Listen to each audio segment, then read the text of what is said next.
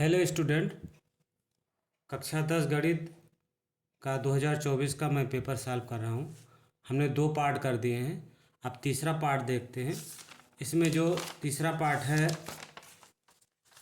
में आपके जो 23 नंबर सवाल है इसको देखते हैं। 23 नंबर सवाल कहता है कि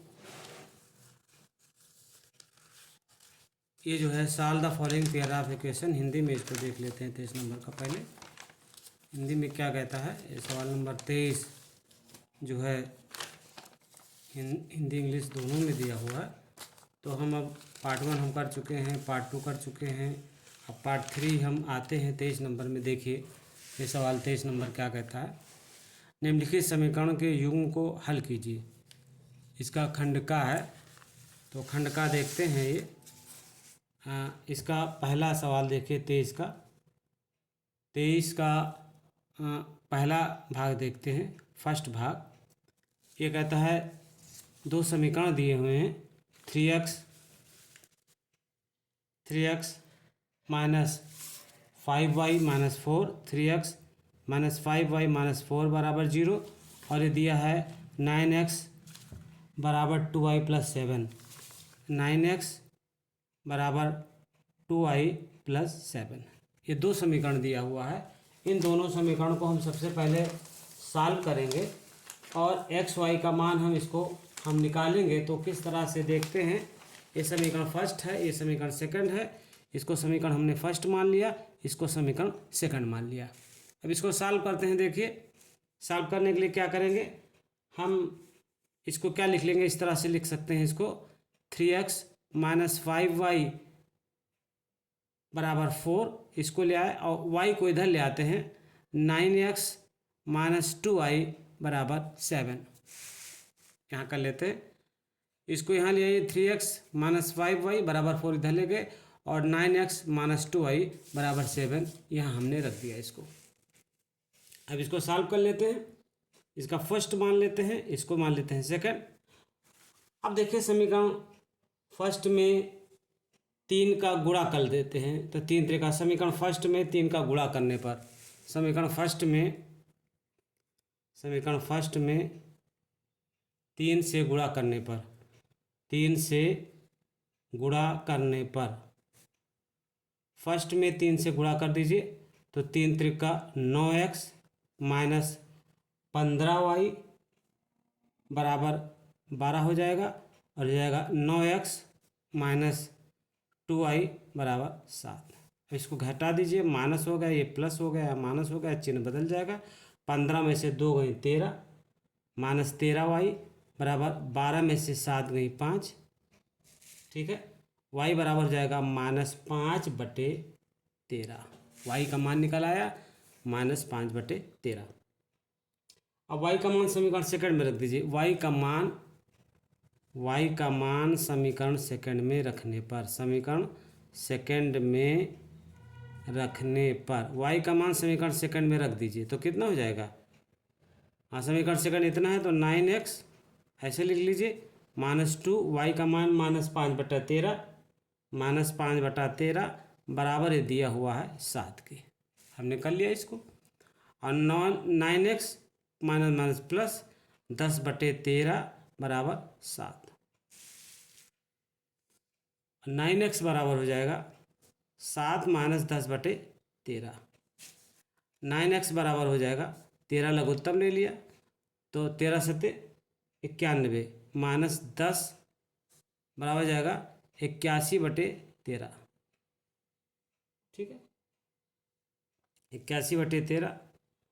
9x बराबर 81/13। तो अब यहाँ पर देख लीजिए x बराबर हो जाएगा 81 गुणे 81/13 गुणे 9, 9 9 81, 9 9 से कट गया। तो x बराबर हो जाएगा आपका 9/13। अब x का मान आ गया 9/13 और y का मान आ गया इतना। तो x बराबर हो जाएगा 9/13 और y बराबर हो जाएगा कितना आया है माइनस 5/13। अब इसका अथवा वाला देख लीजिए, अथवा वाला पार्ट देख लीजिए, इसका अथवा पार्ट 23 का। तो इसका अथवा पार्ट क्या कहता है, ध्यानपूर्वक देखिए। ये कहता है अथवा पार्ट कि दो अंकों की एक संख्या, दो अंकों की एक संख्या उनके अंकों को पलटने पर बनी संख्या का योग 66 है। यदि संख्या के अंकों का अंतर 2 है तो संख्या ज्ञात कीजिए। बहुत आसान क्वेश्चन है ये, देख लीजिए।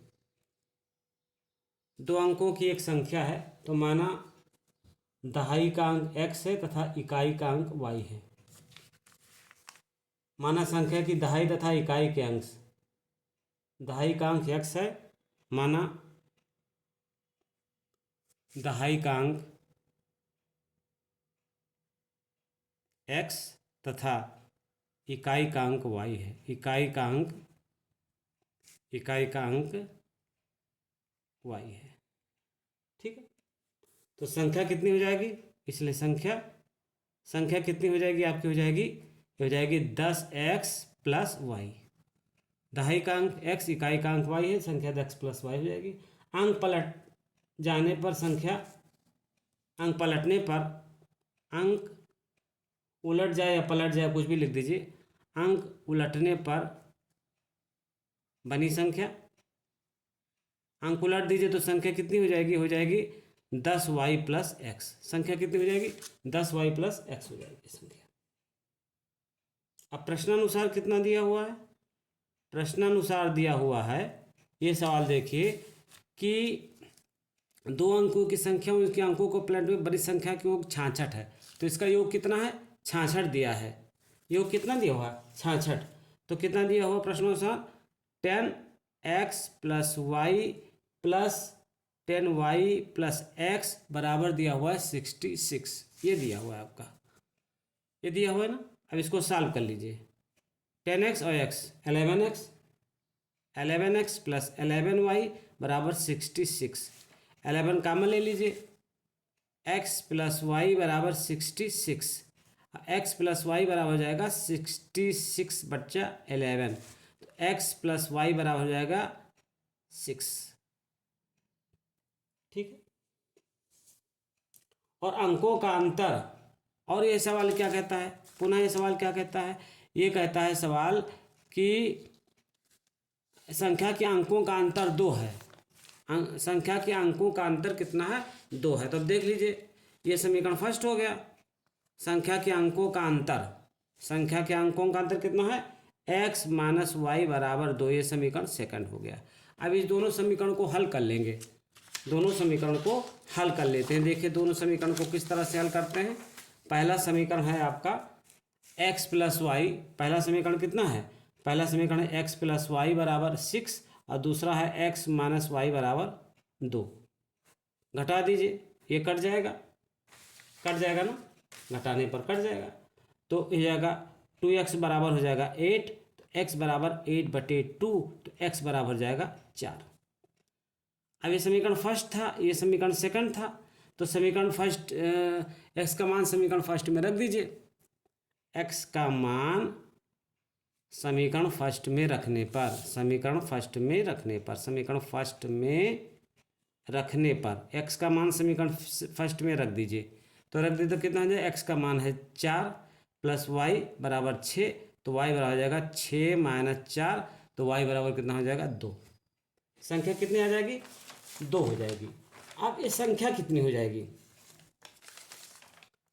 कितनी हो जाएगी 2 हो गया। और तो क्या पूछ रहा है ये, जो पूछ रहा है उसी तक हम हल करते हैं। तो संख्या ज्ञात कीजिए, तो संख्या ज्ञात कीजिए। तो x की वैल्यू हो गई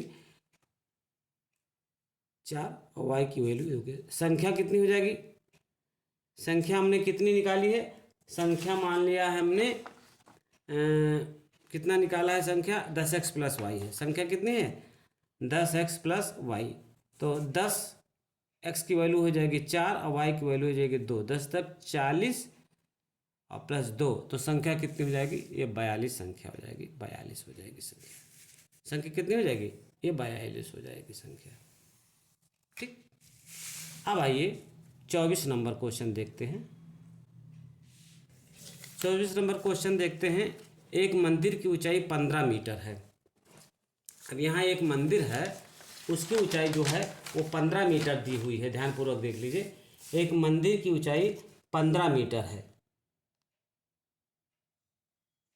एक मंदिर की ऊंचाई 15 मीटर, मंदिर के शीर्ष से सड़क के दूसरी ओर बने भवन के शीर्ष का उन्नयन कोण कितना है? 30 अंश है, तथा भवन के पाद का उन्नयन कोण 45 अंश है। सिद्ध कीजिए भवन की ऊंचाई इतनी है। माना पी क्यू, अब जो है मंदिर की ऊंचाई कितनी है? माना ये पी क्यू मंदिर है आपका, एक पी क्यू जो है वो मंदिर इस तरह से है, इस तरह से पी क्यू एक मंदिर है। यहाँ पर पी क्यू एक मंदिर है, ये कहता है एक मंदिर है जिसकी ऊंचाई है 15 मीटर। कितनी मीटर है? 15 मीटर। एक मंदिर की ऊंचाई मंदिर के शीर्ष से सड़क के दूसरे भवन के शीर्ष का उन्नयन कोण 30 अंश है। मंदिर के शीर्ष से, ये मंदिर के शीर्ष से दूसरी ओर बने सड़क के भवन का उन्नयन कोण 30 अंश है। ये कितना है? उन्नयन कोण 30 अंश है। इसको ए मान लीजिए, इसको बी मान लीजिए और इसको ओ मान लीजिए। ठीक है, ये मंदिर है और मंदिर के दूसरी ओर बना हुआ है। ये कहता है कि एक मंदिर की ऊंचाई 15 मीटर है, मंदिर के शीर्ष से सड़क के दूसरे भवन के शिखर का उन्नयन कोण 30 अंश है, भवन के पाद का अवनमन कोण 45 अंश है। भवन के पाद का ये अवनमन कोण है 45 अंश। भवन के पाद का अवनमन कोण कितना है? ये 45 अंश है। यहाँ 45 खींच दीजिए, ये भवन के पाद का अवनमन कोण है 45 अंश। ये जो है आपका ये 45 अंश है। इसको हटा दीजिए। भवन के पाद का तो एकांतर कोण बराबर होते हैं, तो ये भी 45 डिग्री हो जाएगा। भवन के पाद का अवनमन कोण कितना? ये इसको इस रेखा को मानिए, इस रेखा को नहीं मानिए, ये हटा दीजिए, रेखा कुछ नहीं है। तो भवन के पाद का अवनमन कोण कितना है? 45 थे, तो 45 होगा। और मान लेते हैं इसकी ऊंचाई कितनी है? x मीटर है। इसकी ऊंचाई है x मीटर। ये 15 है तो ये भी 15 हो जाएगा। ठीक है, ये 15 है तो ये भी 15 हो जाएगा, ये भी 15 हो जाएगा, ये भी 15 हो जाएगा। तो सबसे पहले हम क्या निकालेंगे? भवन की ऊंचाई निकालनी है, पूरी ऊंचाई निकालनी है, तो इस त्रिभुज में ले लेंगे। सबसे पहले लेंगे हम, मान लेंगे ये 15 है और इसको y मान लेंगे, तो इसको भी y मान लेंगे। तो PO बराबर हो जाएगा, ये माना जो है PQ एक मंदिर है, PQ एक मंदिर है, PQ एक मंदिर है, अतः PQ बराबर है कितना? PQ बराबर है 15 मीटर। 15 मीटर PQ है और यही किसके बराबर है? यही OB के बराबर है, बराबर OB के। ये 15 मीटर किसके बराबर है? यही OB के बराबर भी है। ठीक है, और APO बराबर है, APO बराबर है 30 डिग्री। ठीक है, तथा ये देख लीजिए, ये हमने 45 माना है। ठीक है, तो OPB ये देख लीजिए, OP और B ये भी 45 है। OPB बराबर है किसके? OPB बराबर है QBP के या PBQ के। PBQ चाहे जो लिख दीजिए, PBQ के बराबर कितने हैं? ये 45 डिग्री है। तो tan 30 का मान निकाल लीजिए, tan 30 का मान निकाल लीजिए। सबसे पहले ये निकाल लीजिए। तो tan 30 बराबर कितना होता है? tan थीटा बराबर कितना होता है? लंब बटे आधार। तो लंब कितना है? x है, अब आधार कितना है? y है, लंब बटे आधार। tan 30 का मान कितना होता है? tan 30 का मान होता है 1/√3। 1/√3 बराबर x बटा y। तो y बराबर हो जाएगा कितना? x√3। y बराबर हो जाएगा x√3 माना जाएगा। ठीक है, अब ये समीकरण फर्स्ट मान लीजिए। अब tan 45 अंश का मान निकाल लीजिए, इस त्रिभुज में ले लीजिए। tan 45, tan थीटा बराबर लंब बटे आधार, तो थीटा अंश के सामने वाला लंब होगा, 90 अंश का सामने वाला कर्ण, बाकी आधार होगा। 15 बटे ये कितना हो जाएगा? 15 बटे y हो जाएगा। कितना हो जाएगा? 15 बटे y। tan 45 का मान होता है 1 बराबर, tan 45 का मान 1 होता है। तो 1 बराबर 15/y, तो y बराबर कितना हो जाएगा 15 के। ये समीकरण सेकंड हो गया। समीकरण सेकंड का प्रयोग समीकरण थर्ड में यक्स का मान निकाल लीजिए समीकरण फर्स्ट और सेकंड से। समीकरण फर्स्ट और सेकंड से, समीकरण सेकंड का प्रयोग फर्स्ट में करने पर, समीकरण सेकंड का प्रयोग समीकरण फर्स्ट में करने पर, फर्स्ट में करने पर सेकंड का प्रयोग समीकरण फर्स्ट में कर दीजिए तो कितना हो जाएगा 15 बराबर हो जाएगा x√3। 15 बराबर हो जाए तो x बराबर हो जाएगा 15/√3। x बराबर कितना हो जाएगा 15/√3 हो जाएगा। अब क्या पूछ रहा है इसमें, ये पूछ रहा है कि क्या करना है, सिद्ध कीजिए भवन की ऊंचाई। तो भवन की ऊंचाई कितनी हो जाएगी, भवन की ऊंचाई, भवन की ऊंचाई, भवन की ऊंचाई बराबर कितनी हो जाएगी, ये भवन की ऊंचाई हो जाएगी, ये हो जाएगी, एक तो ये मान हो जाएगा भवन की ऊंचाई x + y हो जाएगी। ये x है आपका, ये x हो और ये y है, तो ये x + 15 हो जाएगा। ये भवन की ऊंचाई x + 15,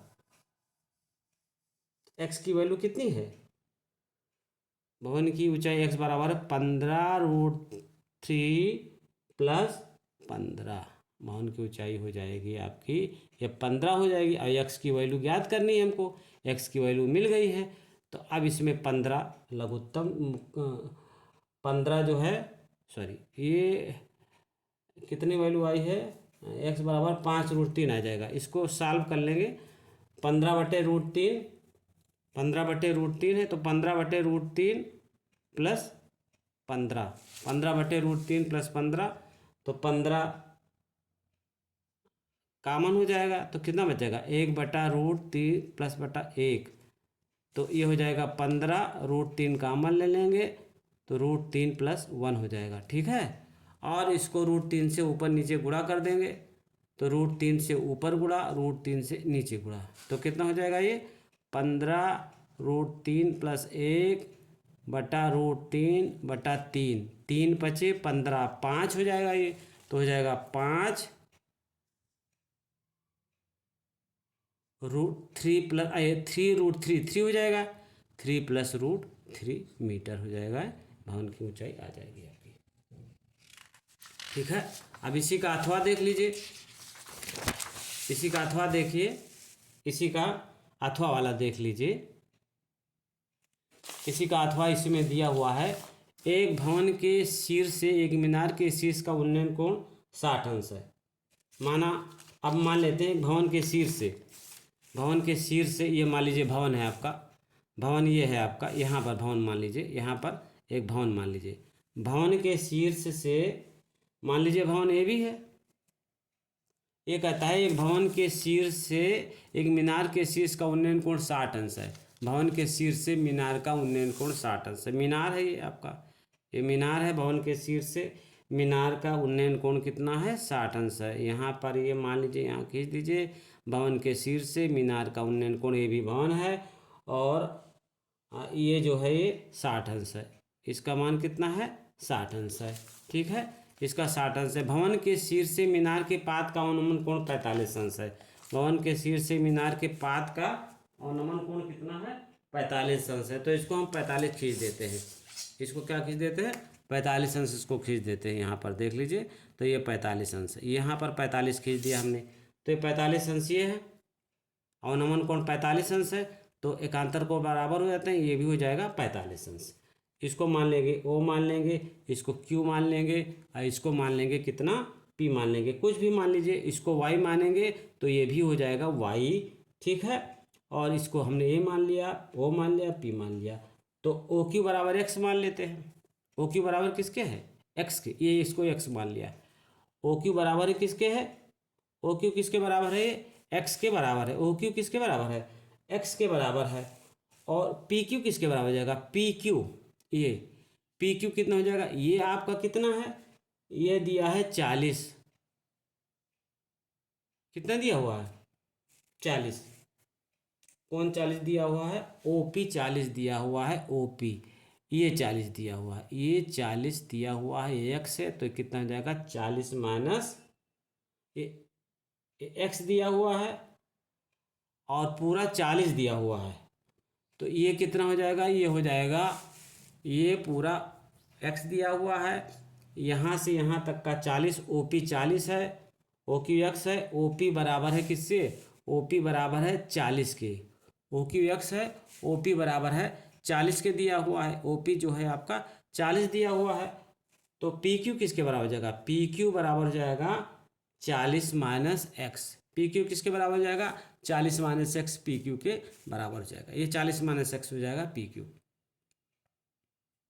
ठीक है, अब आइए पी बी बराबर कितना दिया हुआ है, पी बी बराबर है ए क्यू बराबर है वाई के, किसके बराबर दिया हुआ है, पी बी बराबर ए क्यू बराबर वाई के, ये दिया हुआ है। ठीक, हम निकालेंगे tan 60, इसमें मान निकालेंगे, त्रिभुज ए ओ क्यू में tan 60 बराबर निकालेंगे, tan 60 बराबर कितना हो जाएगा, लंब बटे आधार x बटे वाई हो जाएगा, x बटे वाई, tan 60 का मान होता है 3√3 x बटे वाई, तो x बराबर हो जाएगा y√3, ये समीकरण फर्स्ट हो गया, x का मान वैल्यू आ गई। अब tan 45 अंश निकाल लीजिए, tan 45 अंश, tan 45 अंश किसके बराबर हो जाएगा, tan ये हो जाएगा 45 अंश, तो हो जाएगा ये 40 माइनस, ये हो जाएगा 40 माइनस एक्स, 40 माइनस एक्स बटे वाई, tan 45 का मान 1 होता है, तो 1 बराबर 40 माइनस एक्स बटे वाई, तो वाई बराबर हो जाएगा 40 माइनस एक्स, ये समीकरण फर्स्ट हो गया, ये समीकरण सेकंड हो गया। और यहाँ से 40 माइनस एक्स, तो समीकरण फर्स्ट और सेकंड से, समीकरण फर्स्ट और सेकंड से एक्स की वैल्यू कितनी दी हुई है, एक्स की वैल्यू मान रख दी 40 minus x, 40 minus x, 40 minus 40 बटे एक्स, वाई बराबर 40 माइनस एक्स, वाई बराबर कितना हो जाएगा 40 माइनस एक्स, तो एक्स बराबर कितना हो जाएगा, एक्स बराबर हो जाएगा वाई प्लस 40, एक्स बराबर कितना हो जाएगा वाई प्लस 40, इसको सेकंड मान लीजिए, एक्स बराबर हो जाएगा वाई प्लस 40, अब इसको सेकंड मान लीजिए, और समीकरण फर्स्ट और सेकंड से, समीकरण फर्स्ट का उपयोग सेकंड में करने पर, समीकरण फर्स्ट का प्रयोग समीकरण सेकंड में करने पर, समीकरण सेकंड में करने पर, समीकरण फर्स्ट का प्रयोग सेकंड में कर लीजिए, तो हो जाएगा y√3 बराबर वाई प्लस 40, और वाई को एक जगह कर लीजिए, y√3 minus y√3 minus Y बराबर 40, √3y बराबर 40 माइनस वाई, √3y, यहाँ देखिए कुछ गड़बड़ हो रहा है, x बराबर √3y आ गया, y√3 आ गया, tan 45 का मान देखिए 40 बटे एक्स माइनस वाई, तो y बराबर कितना हो जाएगा 40 माइनस एक्स, तो 40 माइनस एक्स हो जाएगा, तो यहाँ पर x बराबर हो जाएगा, यहाँ पर हम मान निकाल लेते हैं फिर से, ये कुछ गड़बड़ कर रहा है, तो हम मान निकाल लेते हैं 40 माइनस वाई, 40 माइनस एक्स बराबर वाई, 40 माइनस एक्स बराबर वाई, तो हम निकाल लेते हैं, अब एक्स की वैल्यू निकालनी है, तो एक्स की वैल्यू निकालने के लिए क्या करेंगे, एक्स की वैल्यू यहाँ पर रख देंगे, एक्स की वैल्यू कैसे रखेंगे, तो एक्स हो जाएगा वाई माइनस 40 बराबर माइनस एक्स, तो x बराबर हो जाएगा, गुणा कर देंगे, तो 40 माइनस वाई हो जाएगा, x के स्थान पे हो जाएगा 40 माइनस वाई, एक्स के स्थान पे यहाँ का रख देंगे y√3 बराबर 40 माइनस वाई कर देंगे, y√3 बराबर 40 माइनस वाई, अब y√3 प्लस वाई बराबर 40, और वाई कॉमन ले लेंगे, √3 प्लस 1 बराबर कितना हो जाएगा 40 के हो जाएगा। ठीक है, तो y बराबर हो जाएगा 40 बटे √3 प्लस 1, 40 बटे √3 प्लस 1। अब इसको क्या करेंगे, 40 बटे √3 प्लस 1 को गुणा कर देंगे √3 माइनस 1, √3 माइनस 1 से, √3 माइनस 1 से ऊपर गुणा किया और √3 माइनस 1 से नीचे गुणा किया, तो ये क्या बन गया 40/√3 माइनस 1, ये बच गया √3 माइनस 1, तो कितना हो जाएगा 40√3 माइनस 1, 40√3 माइनस 1/2, तो 20√3 माइनस 1 आपका ये आंसर आ गया। 20√3 माइनस 1 आपका ये आंसर निकल आया। अब आइए जल्दी से अगला क्वेश्चन देख लेते हैं फटाफट। 25वां क्वेश्चन देख लेते हैं। 25 नंबर क्वेश्चन हमारा क्या कहता है, जल्दी से इसको हम देख लेते हैं। और टाइम चूँकि ज़्यादा हो रहा है इसलिए ज़्यादा हमको नहीं खींचना है। ये 40 नंबर देख लेते हैं हम। भवन की ऊंचाई कितनी आ गई, ये आ गई y की वैल्यू। y की वैल्यू अभी आई है ना, y की वैल्यू कितनी आ गई, और भवन की ऊंचाई निकालेंगे x बराबर, और y की वैल्यू आ गई तो इसलिए x बराबर निकालेंगे। x बराबर कितना हो जाएगा √3, 20√3 माइनस 1। अब कितना हो जाएगा 3 माइनस √3, इसको ले गए अंदर। अब कितना हो जाएगा ए बी बराबर कितना हो जाएगा, ए बी बराबर हो जाएगा 40 माइनस 3 माइनस √3, तो कितना हो जाएगा ये 20√3 माइनस 1। तो भवन की ऊंचाई कितनी हो जाएगी, भवन की ऊंचाई हो जाएगी कितनी, भवन की ऊंचाई हो जाएगी 20√3 माइनस 1 मीटर हो जाएगी। अब 25वां सवाल देख लेते हैं। 25वां सवाल क्या कहता है, 25वां सवाल कहता है एक ठोस शंकु के आकार का है जो एक समान आधार त्रिज्या के अर्धगोले पर अध्यारोपित है। एक ठोस जो है एक शंकु के आकार का है जो एक समान आधार त्रिज्या के अर्धगोले पर अध्यारोपित है। यदि अर्धगोले का वक्रपृष्ठ तथा शंकु का वक्रपृष्ठ समान हो, अर्धगोले का वक्रपृष्ठ और शंकु का वक्रपृष्ठ समान हो, तो शंकु की त्रिज्या और ऊंचाई का अनुपात ज्ञात करो। शंकु की त्रिज्या और ऊंचाई का अनुपात ज्ञात करना है। तो मान लेते हैं, माना शंकु तथा अर्धगोले के आधार की त्रिज्या r है। माना शंकु तथा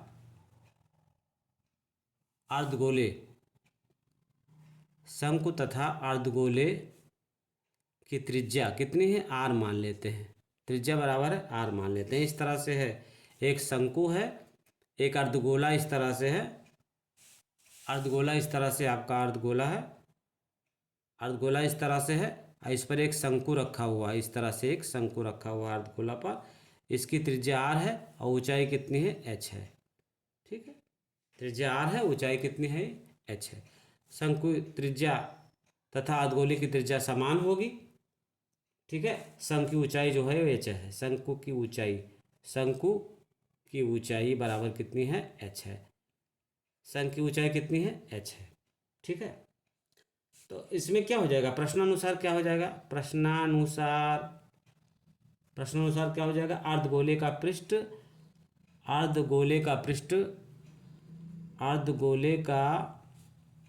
पृष्ठ प्लस बराबर हो जाएगा शंकु का वक्र पृष्ठ। अब अर्धगोले का पृष्ठ कितना होता है, 2πr² बराबर πrl होता है। πrl कितना होता है, शंकु का वक्र पृष्ठ होता है।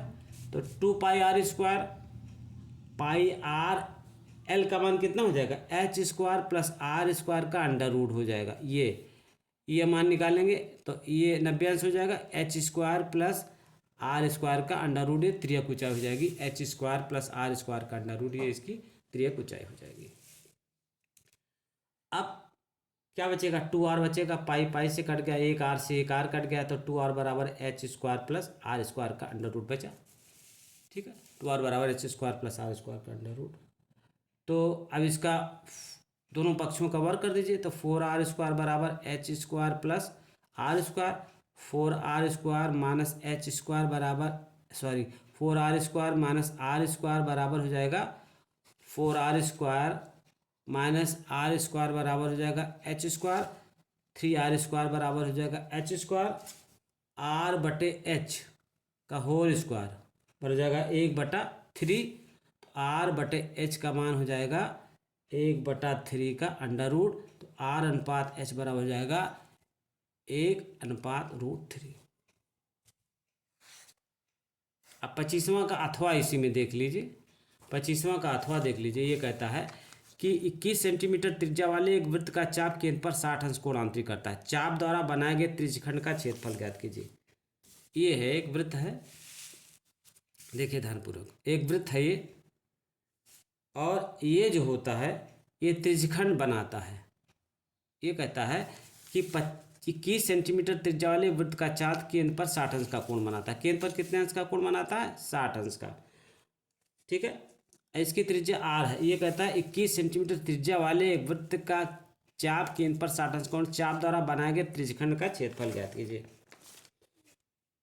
ठीक है,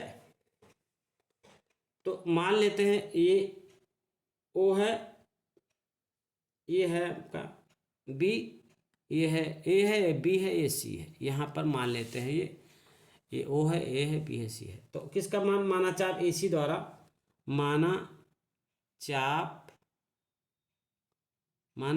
ए सी द्वारा वृत्त के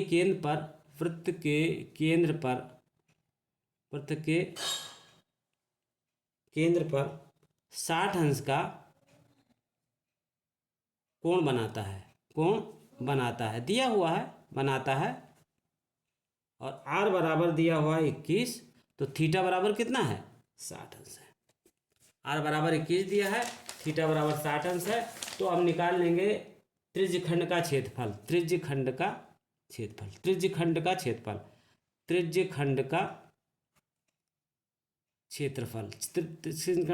कितना हो जाएगा? थीटा पान 360 अंश बटे पाई आर स्क्वायर। थीटा का मान कितना है? थीटा का मान 60 अंश बटे 360 इंटू पाई का मान पाई रहने दीजिए, या 22/7 रख दीजिए, जो भी दिया हुआ है 22/7 रख दीजिए। और आर का मान कितना हुआ? 21 गुणे 21, 7 त्रिक 21, और ये 0 से 0 कट गया, 6 36, ये 6 हो जाएगा। तो इसको हल करेंगे तो आ जाएगा 231 सेंटीमीटर स्क्वायर। तो हमने HX का तीनों पूरा पेपर सॉल्व कर दिया है। फर्स्ट सेकंड पार्ट में पहले कर दिया है, और थर्ड पार्ट अभी मैं कर रहा हूँ। तो जो आपका ये पेपर आया है 822 HX, इसको मिला लीजिए कि हमने बोर्ड में कितना पेपर सही किया है और कितना हमको नंबर प्राप्त होगा। तो आपको ज़्यादा से ज़्यादा नंबर प्राप्त हो तो इस चैनल को लाइक करें, सब्सक्राइब करें, और ज़्यादा से ज़्यादा अपने मित्रों को शेयर करें। आगे का वीडियो मैं अगले दिन पुनः बनाऊंगा। धन्यवाद।